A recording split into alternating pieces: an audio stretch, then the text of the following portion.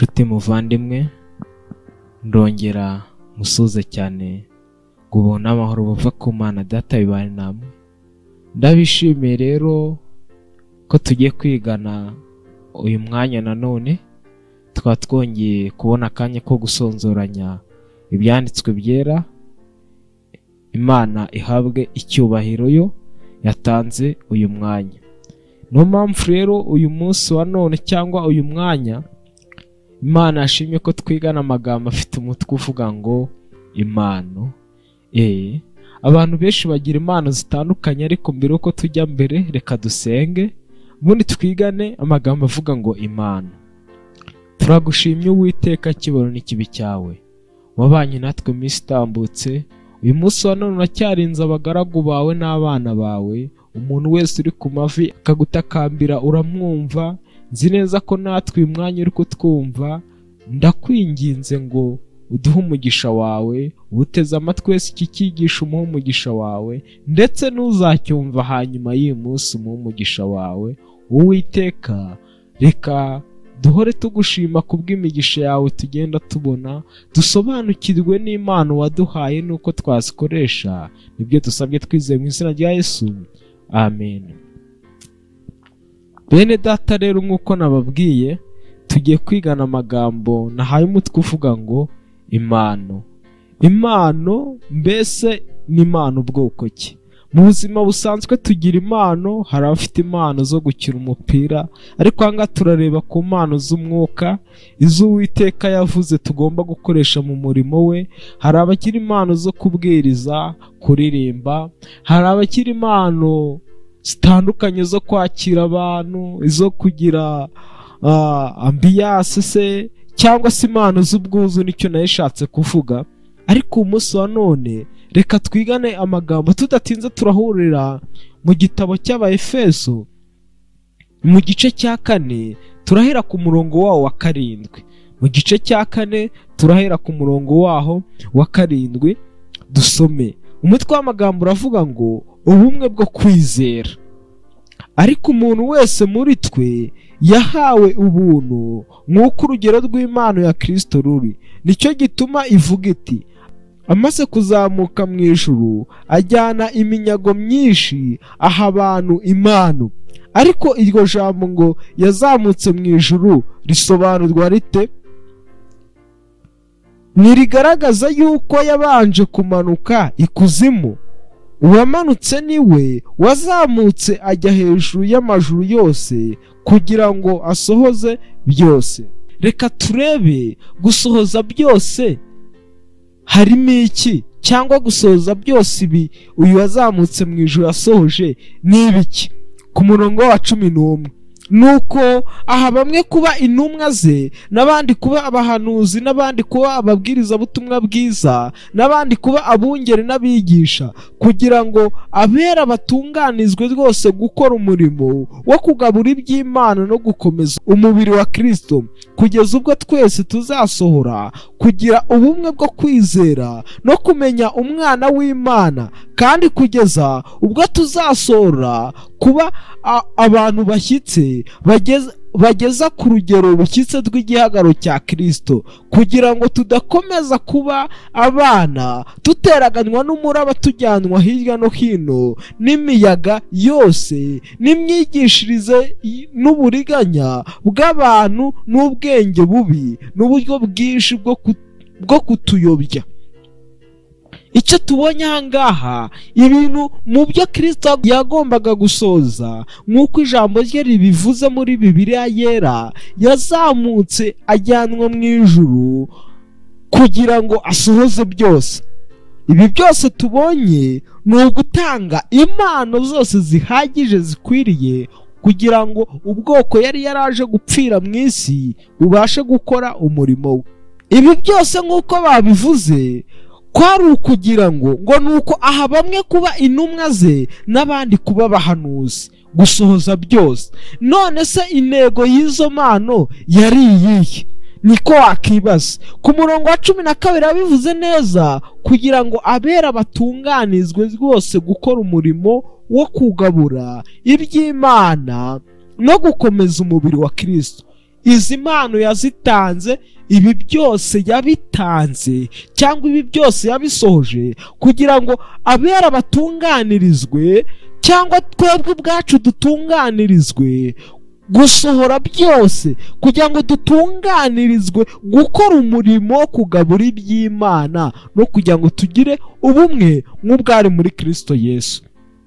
Yesu Kristo amaze kujyanwa mu ijuru asohora byose. Reka duhurire mu gitabo cya Yohana turebe ukuntu izi mpano yazitanze yifashishije iki. Uko byamera kose Yesu Kristo afite ububasha bukomeye, yifashishije imbaraga y'Imana ikora ya Mwuka Wera. Muri Yohana mu gice cyaho cya 14 no tugiye guhurira. Yohana igice cyaho cya 14 turasoma kuva ku murongo wa 16, turasoma umurongo wa 16 ndetse n'umurongo wa 26. Yohana igice cya 14 umurongo wa 16 umutwe w'amagambo uravuga ngo Yesu abasezeranya kuboherereza Umwuka Wera. Urumva bya bindi bamwe yabahaye kuba abahanuzi, abandi abaha kuba intumwa. Noneho ni bande yari yasezeranye nabo kubaha Umwuka Wera? Mbese ni bande yasezeranije yuko azaba Umwuka Wera? Abambere yasezeranije ni intumwa ze.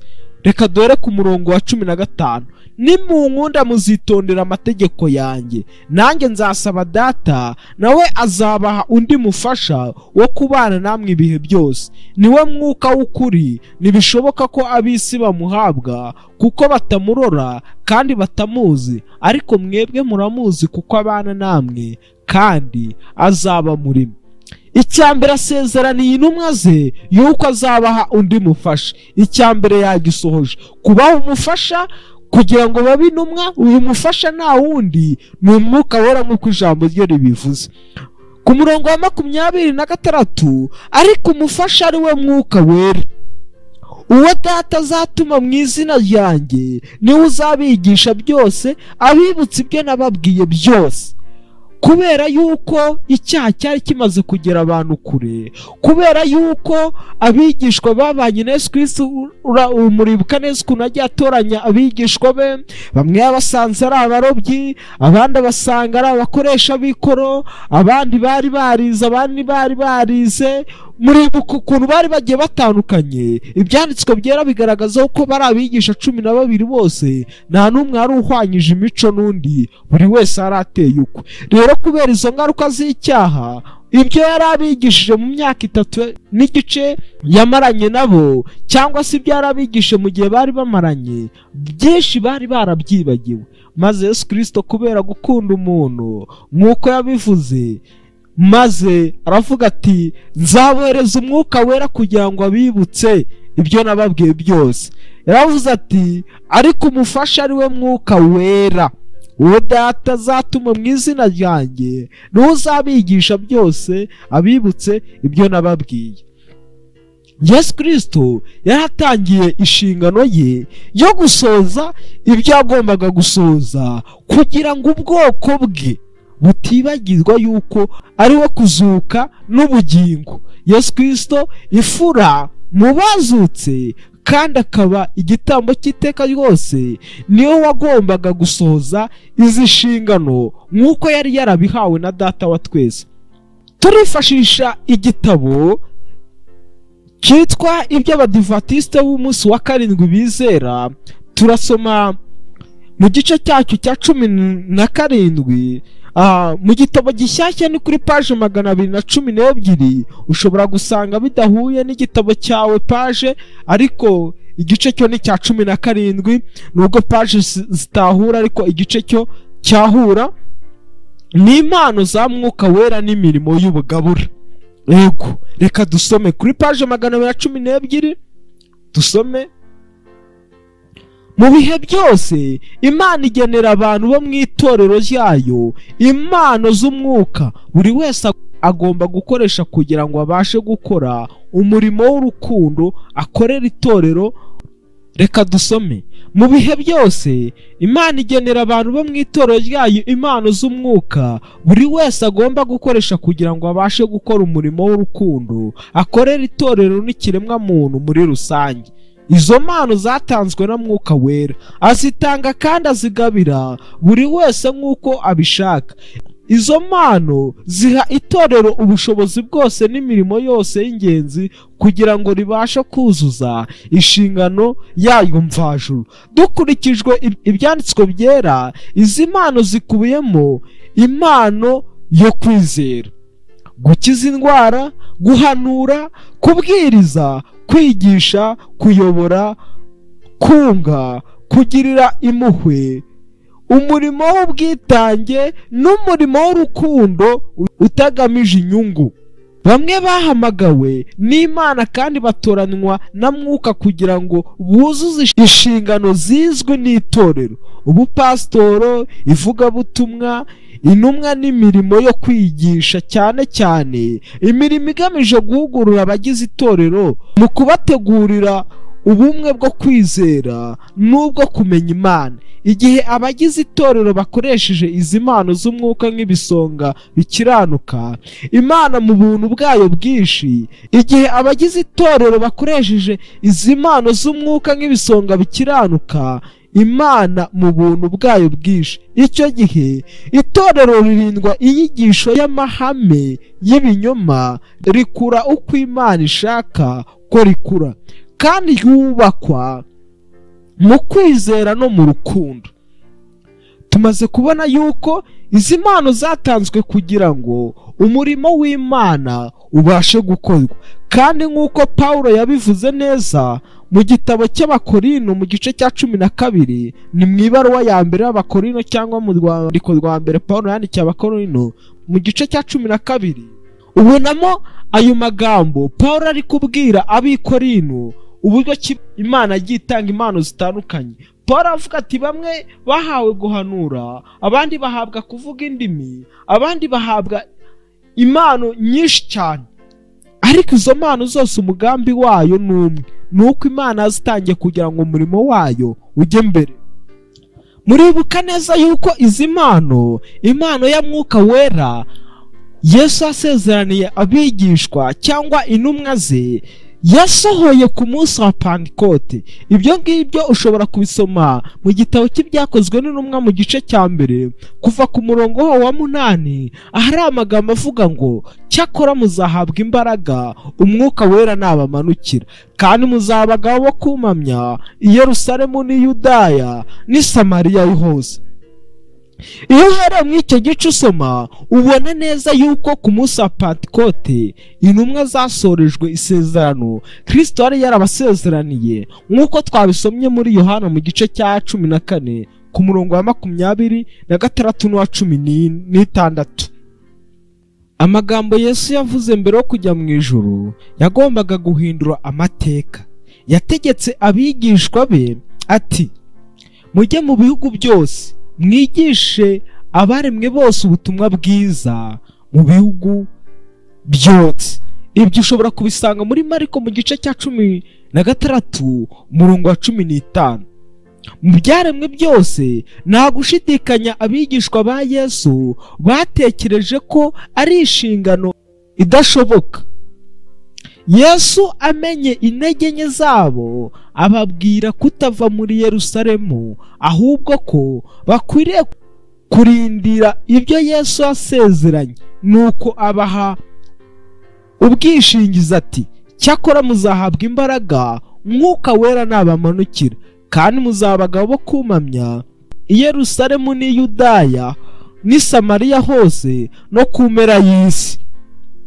Nyuma yo gusubira mu ijuru kwa Yesu, abigishwa be bamaze ibihe byinshi basenga. Kutumvikana n'ishyari byabarangaga bakiri kumwe na Yesu byasimbuwe no gushyira hamwe no kwiyoroshya.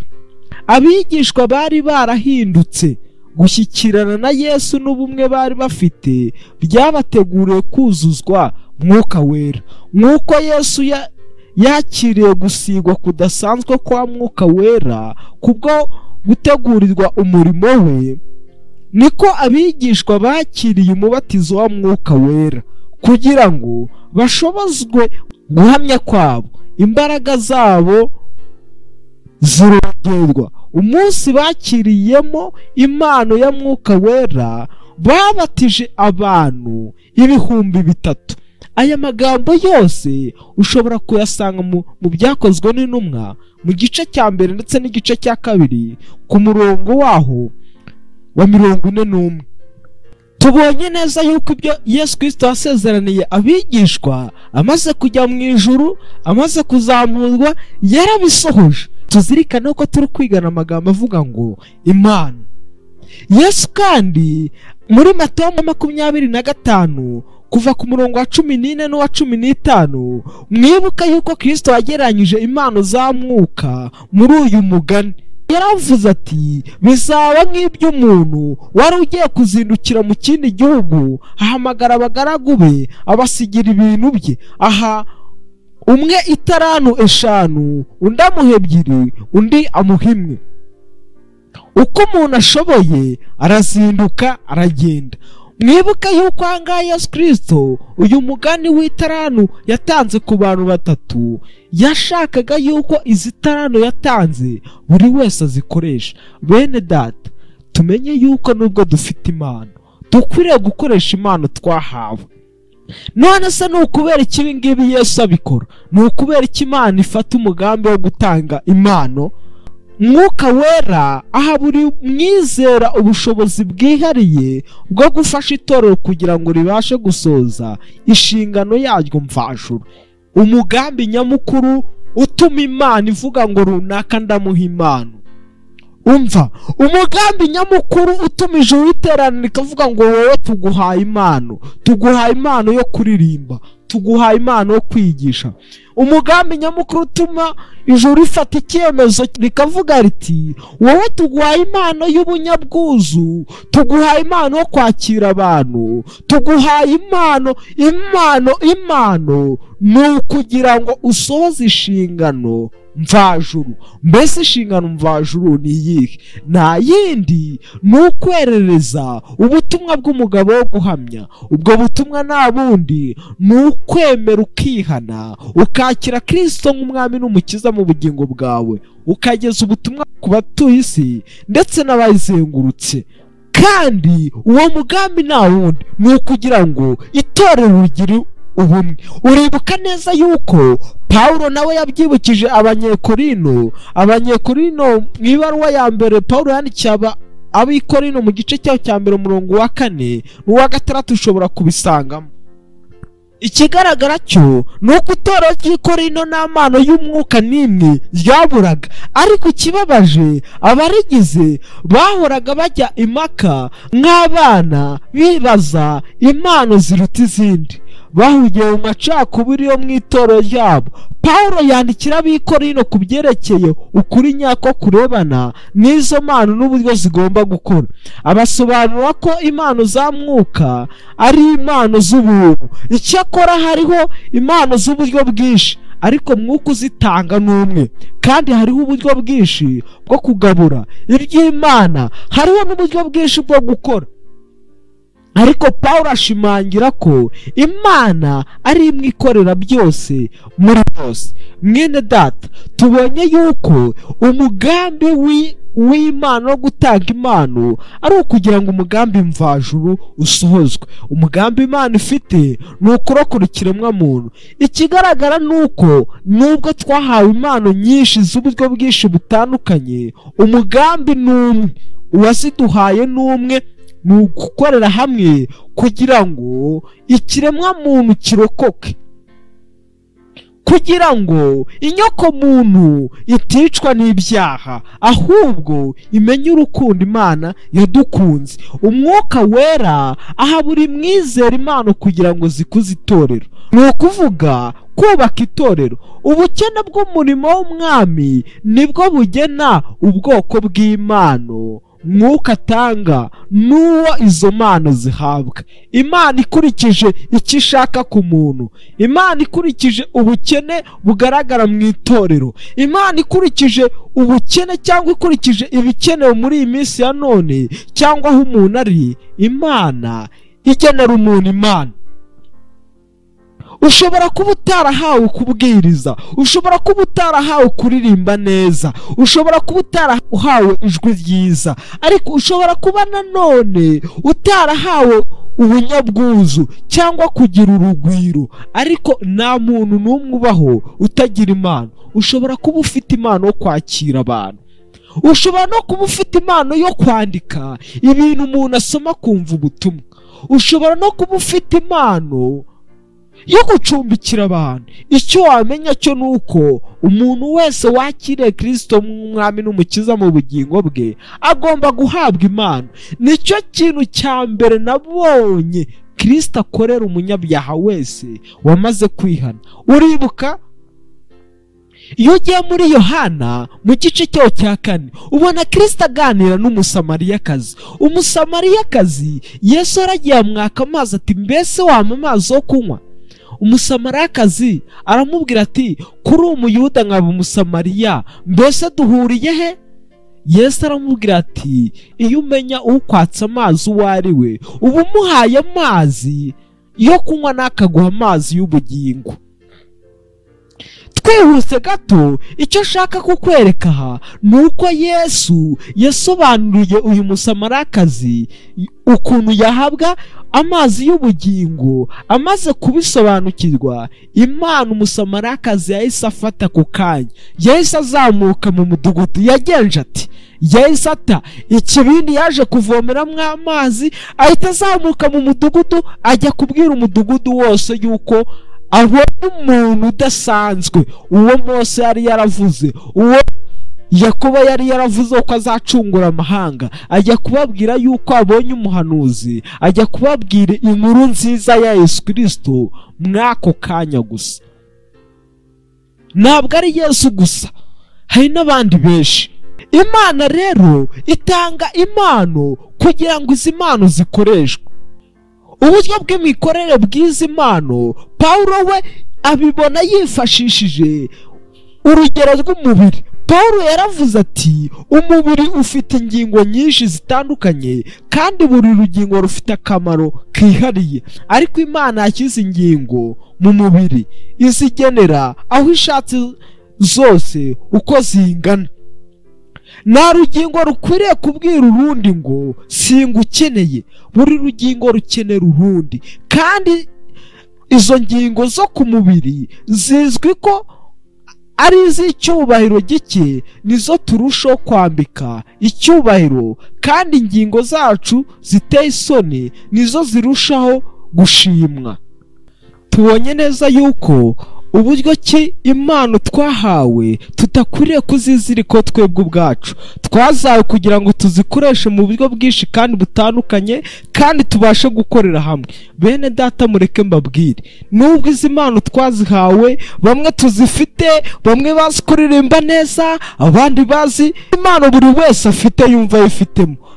Ibyanditswe byera bitubwira yuko izi impano za mwuka wera ubwazo ntizihagije. Nimba izi impano zidahagije hakenewe iki? Hariho inzira irushaho kuba nziza. Nubwo impano za mwuka zizashira, Yesu agarutse, imbuto ya mwuka yo izahoraho iteka ryose. Ni ukuvuga imbuto z'urukundo rw'iteka ari iz'amahoro, kugira neza no gukiranuka bizanwa n'urukundo. Izi ngizi zo ntabwo zizashira. Icyo bishatse kuvuga nuko twaba dufite izi mpano zose, izi mpano dushobora kuzikoresha, ntabwo dukwiriye kuzigira urwitwazo. Izi mpano ntabwo twazigira urwitwazo ngo twumve ko bihagije, ngo twumve yuko nimba uzi gukora neza bihagije, nimba uzi kuririmba neza bihagije, nimba uzi kubwiriza neza bihagije. Ngo kirusha byose nk'uko Yesu abivuze ni urukundo.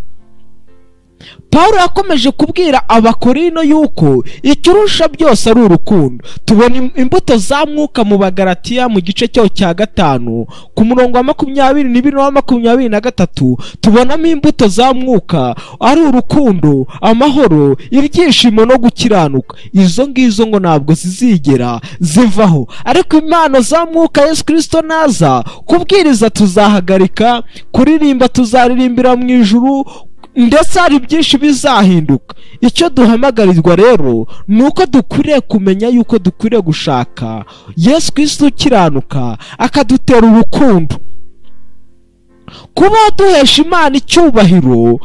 Pawulo yavuze nanone ku byerekeye ku mpano za mwuka mu rwandiko yandikiye Abaroma, ahamagarira abantu kubaho bahesha Imana icyubahiro.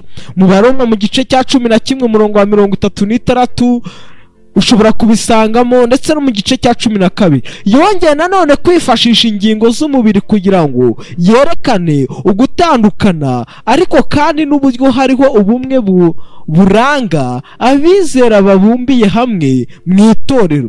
Kumenya ko kwizera n'impano z'umwuka bifite isoko ku buntu bw'Imana, abizera bibatera kwicisha bugufi. Kumenya ko kwizera n'impano za mwuka byose bifite isoko ku buntu bw'Imana, ibyo ngibyo ngo bitera abizera kwicisha bugufi. Uko umwizera arushaho guhabwa impano, niko arushaho kugira uruhare runini mu by'umwuka, kandi ikirenze ibyo niko azumva arushaho gukenera Imana. Mwene data, ndagira ngo nkubwire ngo nubwo wabona ufite impano nyinshi, nubwo wabona ari impano zimwe na zimwe ufite, ukwiriye kumenya yuko ngo izo mpano y'Imana imaze kuzitanga nibwo umuntu arushaho gukenera Kristo, nibwo yumva arushaho kumva ko Kristo yamusanga akamwigisha uko akoresha impano ye biruseho. Petero kandi nawe yabivuzeho. Petero yavuze ku ngingo y'impano z'umwuka agaragaza ko zidakwiriye gutereranwa, gukoreshwa ku iherezo ry'ibihe. Tugeze mu minsi ya nyuma, impano twari dukwiye kuzikoresha nk'uko Petero yabivuze. Ni mu ibaruwa ya mbere ya Petero mu gice cya 4 ku murongo wa 7. Kwihuta kw'ibihe gusaba ko abizera bakoresha impano zabo, kandi nk'uko umuntu yahawe impano aba ariko muzigaburirana, nk'uko bikwiriye ibisonga byiza byagiriwe ubuntu n'Imana mu buryo bwinshi. Ku murongo wa 10 mu gice cya 4 cy'ibaruwa ya mbere ya Petero kuva ku murongo wa 7 kugera ku wa 10. Nka Pawulo, Petero yigishije ko izi mpano zitahawe umwizera ngo yihimbaze, ahubwo ari ukugira ngo Imana ihimbazwe muri byose. Izo atari izo kwihimbaza. Uwiteka tubashishe gukomeza gukoresha izi mpano icyo yaziduhereye. Rero bene data, izi mpano twari dukwiye kuzikoresha. Imikoreshereze y'impano za mwuka rero, umuntu agomba gukoresha izi mpano mu murimo w'Imana muri rusange. Umuntu kandi agomba gukoresha izi mpano mu ivugabutumwa. Imana itanga impano za mwuka kubw'inyungu y'umubiri wose, atari kubw'inyungu y'abazihabwa. Kandi nanone nk'uko uwakira impano atayakira kubw'inyungu ye, ni nako itorero ritakira impano zose ku bwayo.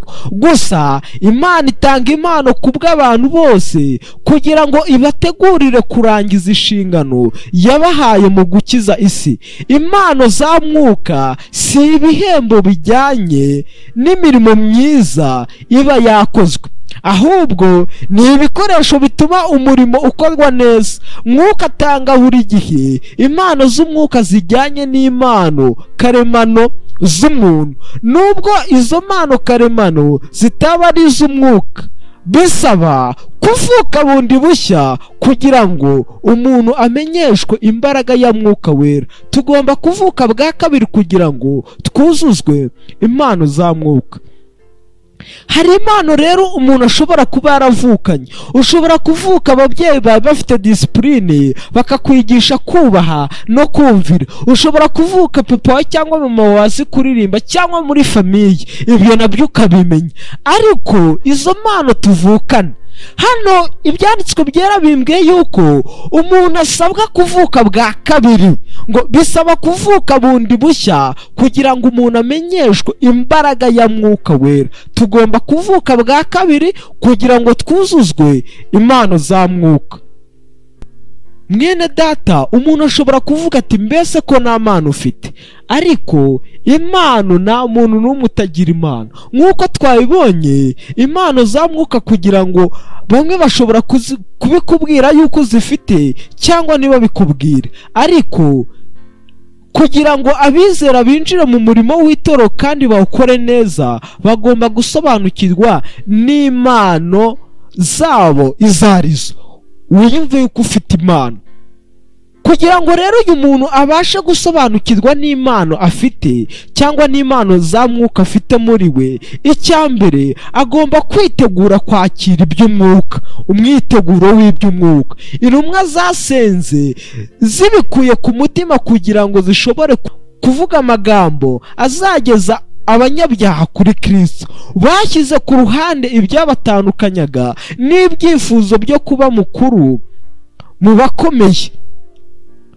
Murumva yuko intumwa zasabwe kubanza kureka inarijye yabo kugira ngo babashe gusobanukirwa no gushyikira impano z'umwuka. Bidusaba guhinduka bundi bushya kugira ngo tubashe gusobanukirwa n'impano y'umwuka, kugira ngo tubashe guhabwa impano y'umwuka. Bidusaba kwifuza guhinduka bundi bushya. Tugomba gusaba umwami wacu kuwuduha umwuka wera.